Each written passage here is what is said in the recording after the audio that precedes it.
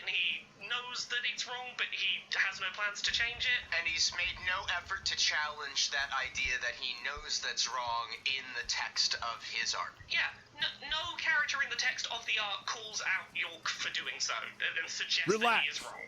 He is allowed to have his big speech of I am the one who knows how to respect trans people, and then does a thing wrong and does not get in any way made to inspect that. And to be clear, I don't have a problem if that's who York is. Yeah, and you know what? Let's take that as canon. York is a character who wants to be a trans ally but has not done the basic research needed to know how to be respectful when treating the trans community. And you know what? I'm willing to believe that is the canonical identity of this hero that Swery has made. Yeah, that's not a stretch. It's very believable. It's not a stretch to think that Swery might have created a hero whose whole identity is I'm a trans ally. No, I'm not going to read up on trans people, but I am a trans ally. I mean, that's the closest Swery's come to a Return to formation. Carrying on at the moment. It feels pretty self-insert. It's not even a problem if that's your intent. Like, if you do that with intent. The problem is that when you don't put anything in opposition to those things, and now you come back and double down and say, no, that was intentional, then your intent ultimately was to express this. Yeah. And I have a fucking problem with that. Yeah. I'm out. You know, I'll say, Fall because back. some people call me out, I'll reiterate what I said when Swery first announced that he was going to make changes, and the usual suspects all piled in. Move 200 meters left. And I said, look, an artist has the right to change their art however they want. If they want to bring their art more in line with their artistic vision, and if that's what Swery says he's done and he's doing, fine. Yep.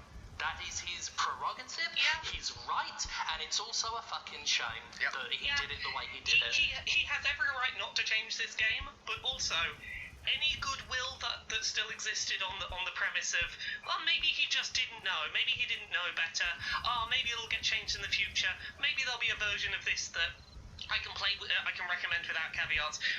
Those bits of hope have gone out the window, and that's a shame. Yeah, I'm done with him. And I appreciate that he's been, so forthcoming at this point. Fall back. I would rather just know that that's the situation, so thanks. Yeah. Thanks for not straight. Move 300 meters front. I mean, I'm done with the game for sure, and I'm done with pretty much all of it. It's a sad decision, but it's not a difficult one. Yeah, I mean, my interactions with him over the last couple of days have very much given me the impression that he is not interested in hearing why the way he has presented trans people in this narrative might be harmful. He just doesn't want to know. Move 300 meters That front. is what it is. Move 300 meters front. Good luck with it. Yeah. Good luck with it, mate. I mean, if this is the attitude you're going to have and you genuinely don't care about hearing from trans people on how you could do better in the future, please stop putting trans people in your games, because you keep, more often than not, you have fucked it up. Yeah. And if you're not going to research trans issues, research the Dunning-Kruger effect, mate. Yeah. Also, just as a side note, I've been saving screenshots. He keeps tweeting me and then deleting the tweets and then tweeting me again and deleting the tweets. He's real pissed off that I tried to explain to him calmly that he... I had blocked him already. Well, but I also think there's a part of that. His English is his second language, and the problem is he keeps hitting tweet. Like, what you need to do is you write the tweet, you walk away, and then have the thoughts about, oh, did I do that right?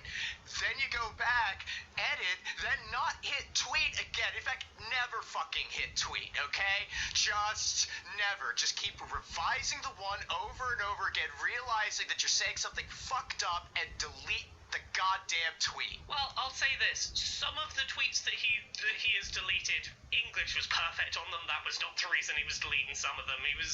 Some of them were tweeted, and once people said, no, Swery, you're not correct about that. It's very quick to, I said nothing. It's been tiring thinking about this game. Yeah, I mean, that's the one element where I suggested earlier that I think none of us are okay.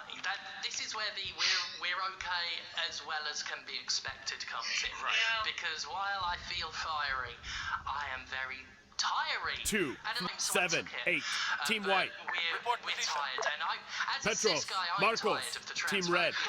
So I can't imagine how fucking exhausted. Yeah. Oh, can I say one other thing as well? I'm not going to mention any specific outlets.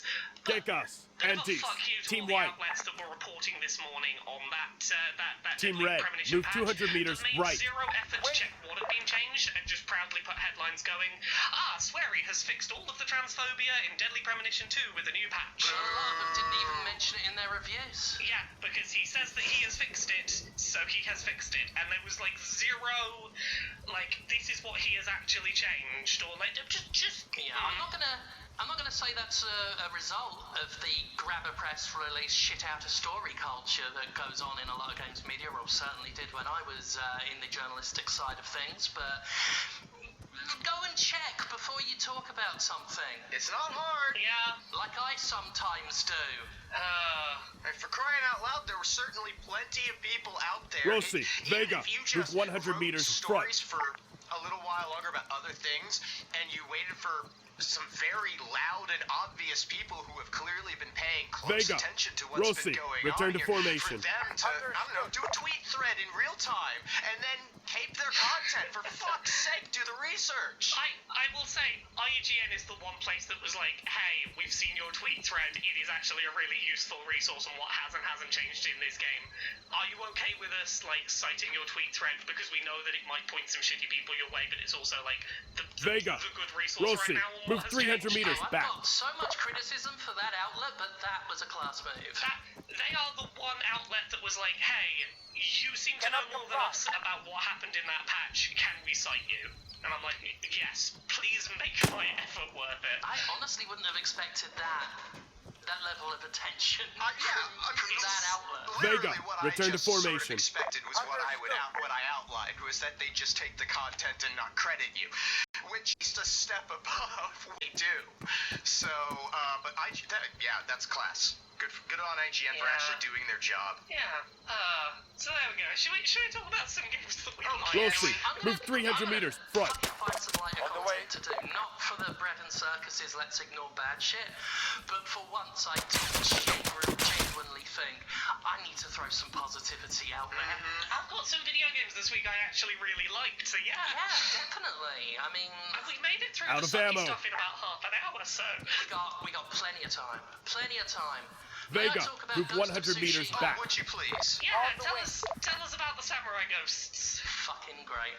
Fucking great. Vega, Friends. move 300 meters front. It's a good video It's a game. very good samurai video game. If you Give want me that, mate. then get it. Probably. Vega, You might move like 100 it. meters back. It's Sucker Punch, so it's got a kind of baseline open world experience behind it. And Vega, when I say return to experience, I mean formation. their experience having done those types of games, and it's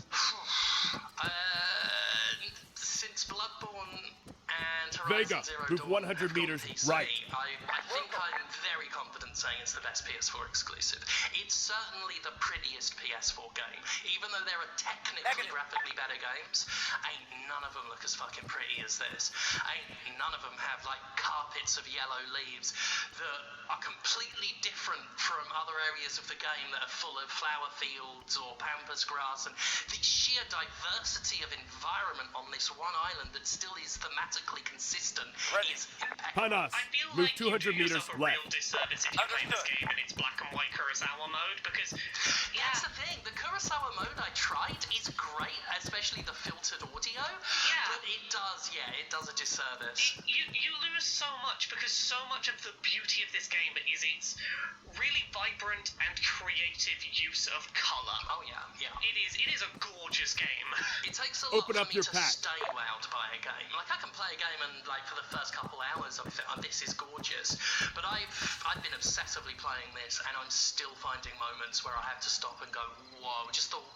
Every now and then the light will hit something as it goes down. Like, the weather diversity is amazing as well, and it creates... Vega, move it 100 makes meters sure that front. even if you go to an area you've already been to, it may look completely different just because the lighting is that fucking good at reframing the atmosphere. I will never not be Vega, wowed move 100 every meters time front. that there are loose, like, autumn leaves on the ground, and they sort of move as you step.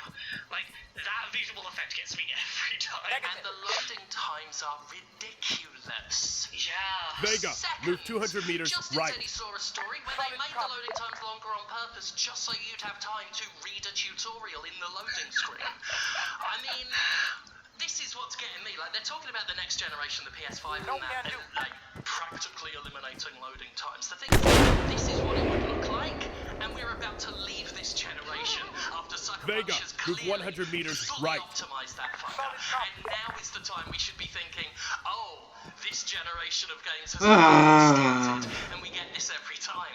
We get these gorgeous, fully optimized games in, like, the last year, and then we move right on to a whole bunch of cobbled-together launch times. Vega, move 100 meters back. About how to maximize the system.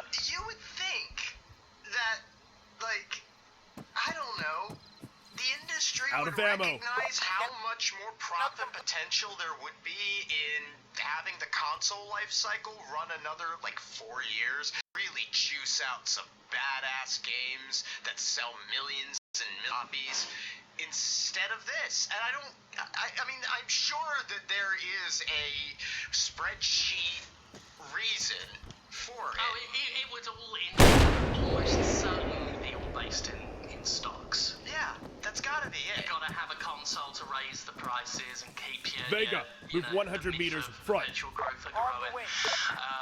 Aê, I would saiu, almost vamos lá. certainly there is a fiscally thingy.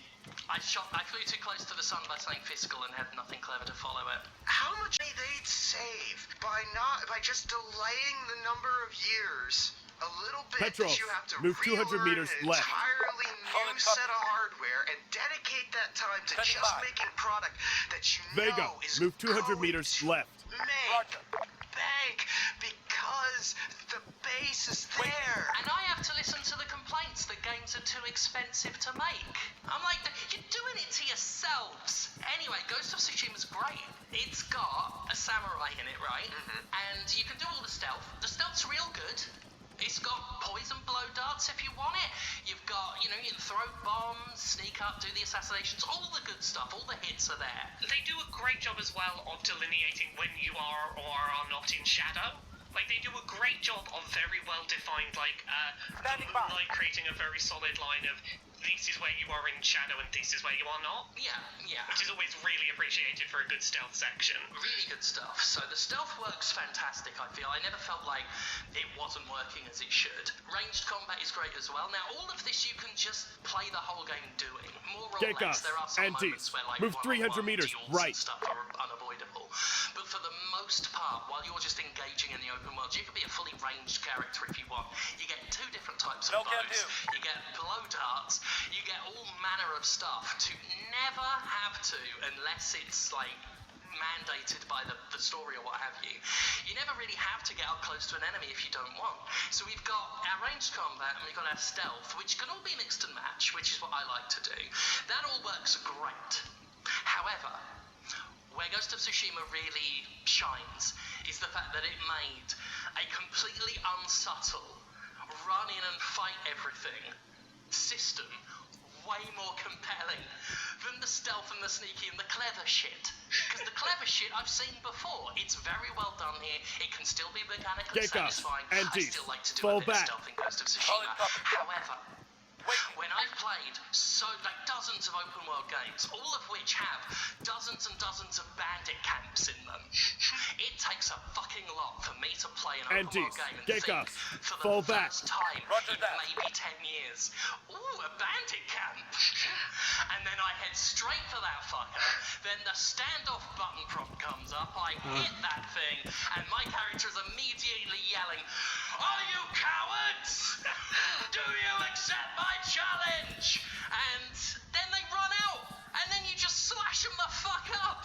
The thing every time that makes it so worth not trying to stuff and just walking in confidently is you prepare that one held move you have where you like, it takes a while to charge, but you walk up to an enemy and as they try and attack you, you let go of the button and it just one hit murderizes them.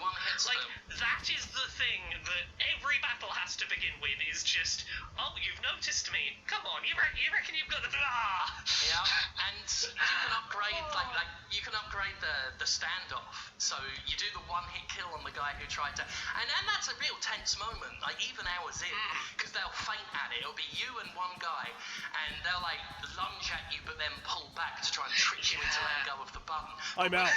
It slices through them in this lovely slow motion, like when you like parry enemies or slash into them, the game lets you know it. You slash into this guy and you can upgrade it so that more guys rush in one by fucking one. Like in a kung fu movie or something where only one person can fight out of the crowd. And they run in one by one and you just cut the fuck through them. And then once that's done, you get a real good combat system that isn't quite Sekiro, isn't quite Neo. It is its own thing, but it takes inspiration from both. Nomad to Golf 2-2. LZ secure. You're clear to move in. Over. Copy that. ETA 2 Mike. Golf 2-2 out. Because there's a slight rock, paper, scissors element. Recolor it black, which had the other effect of making the scales all pearlescent and shimmery. So now it's all like shimmery and little subtle greens and purples. And I'm like, that was just there. Another game would have sold that to me, and I wouldn't have bought it. This is much the same response I had. Fire! She's crafted well. It's really nice to just be able to get a bunch of fun costumes and design elements without having to pay additional money for them. It makes me play the game more. It makes me feel rewarded. It absolutely informs gameplay. It is gameplay, cosmetics, and slowly over the years that's been eroded. And I needed this game. I needed a game like this, just something to remind me of the potential I saw in games as a medium that has been diminished by the years of this medium squandering that. You know what game I've been playing this week that has the best kind of in-game unlockable cosmetics? What is that? I've been playing Paper Mario The Origami King. Justin just sent me a video about that. Yeah. Because I couldn't be bothered to do it, so he's done his own just impressions of it. So like, here's the thing. There are other things I will say about this game in a minute, but the most important thing is at all times you have a dedicated confetti throwing button, and you can unlock different things to have instead of colourful confetti. So you can throw handfuls of like rose petals, for example. You just have this endless bag of like, yay, and throw a bunch of stuff up in the air. I love that shit. Personalization makes me more invested in a game. I mean, well, the industry knows this, that's why it monetized it. But, you know, it absolutely is part of the game experience. It's part of the gameplay for me. There are few things I won't do for a cute hat. Yeah. If I'm being perfectly honest. And spending hours just walking around in grass looking for one. Like, that's something I chose to do. And I complain about games that make me do stuff. Like, that's another thing about Tsushima. Like, if the game forced the character to bow after every fight, I get so sick and tired of it.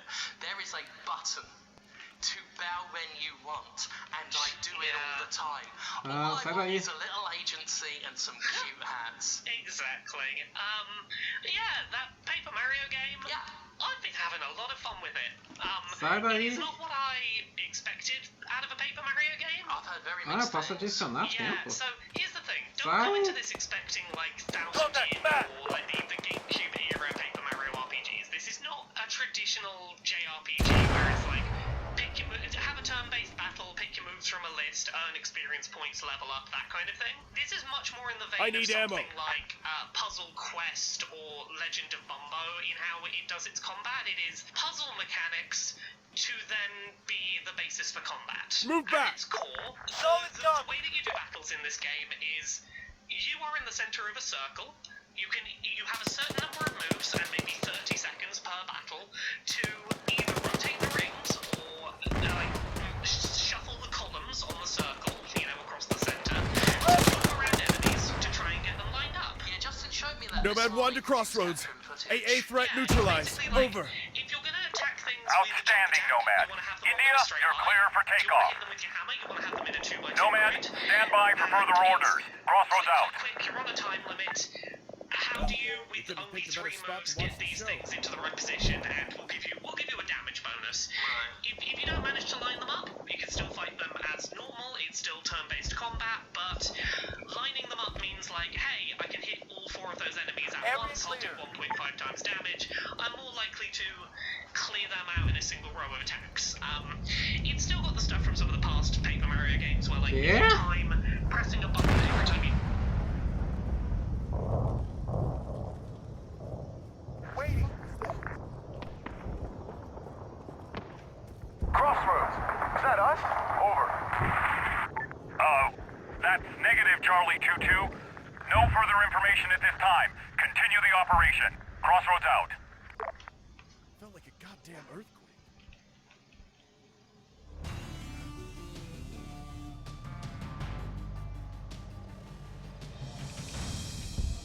Tank, 1.5 clicks southeast.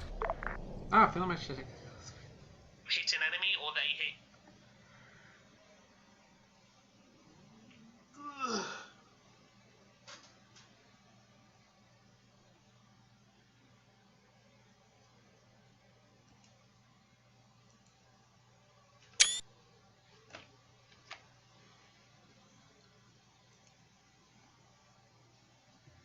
Target in the vicinity of Point Gamma. Move to your designated objectives and stand by. Out.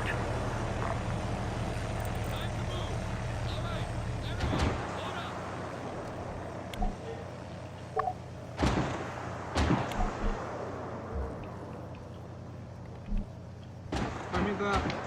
Vai. Position and provide support. How copy?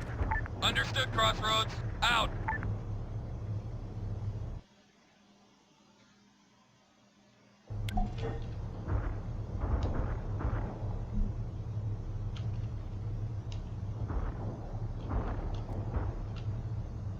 Carrie, do you read? Who the hell? Shit, Carrie, come in. This is Nikos. It's Carrie here. Go ahead. NATO is shelling Pyrgos. You need to stop it now. Are you sure? We're engaging greenback positions near the city. How copy? Listen to me. Yes, we are certain. NATO is hitting Pyrgos. You must do something.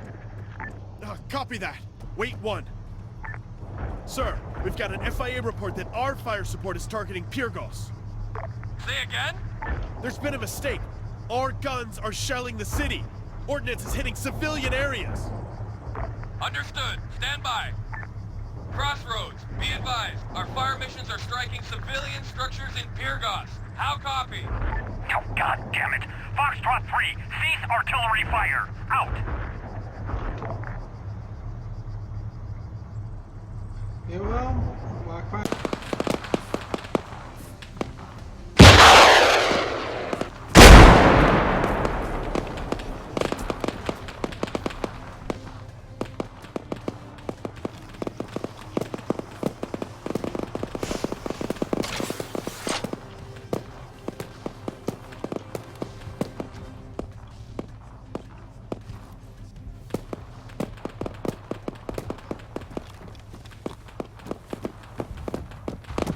Contact, man! Machine gunner, 75 meters left!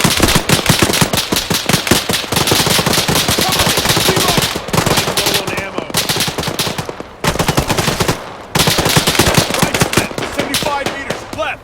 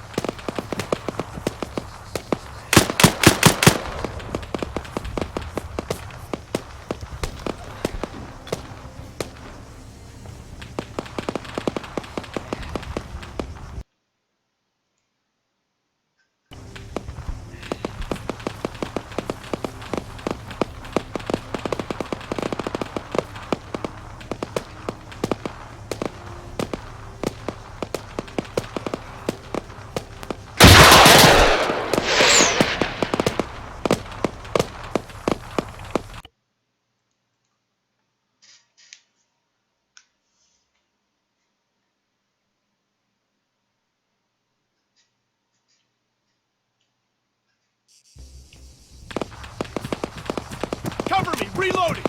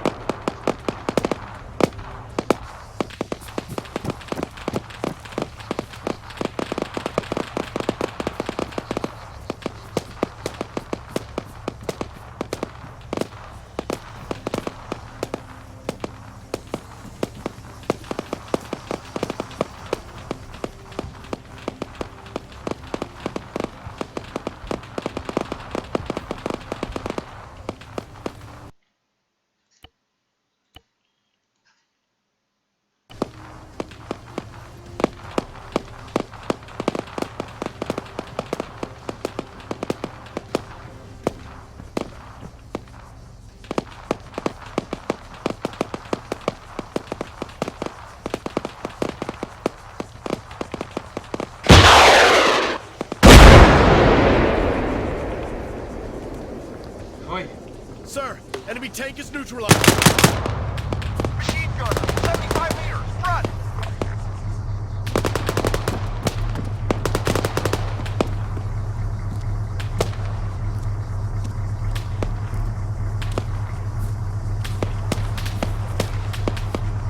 Man, 75 meters, front.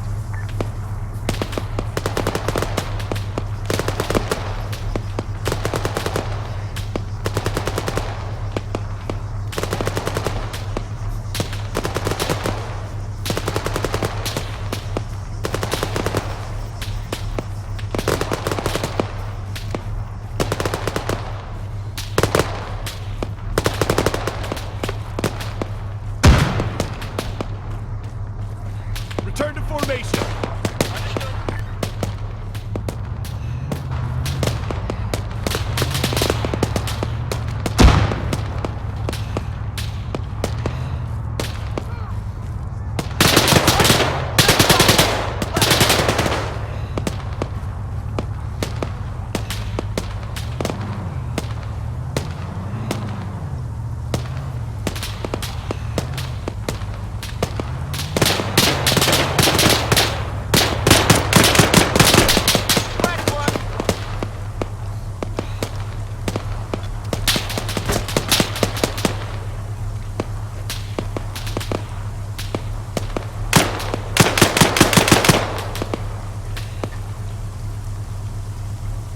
Medic!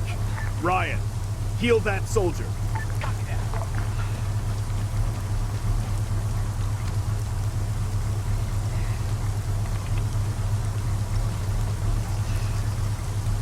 Crossroads, X-rays clear. Over. Good work, Nomad. Dig in. Hold that position for now. Out.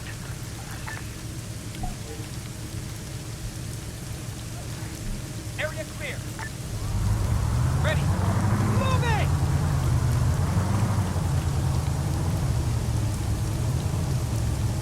Nos quedamos. I'm out.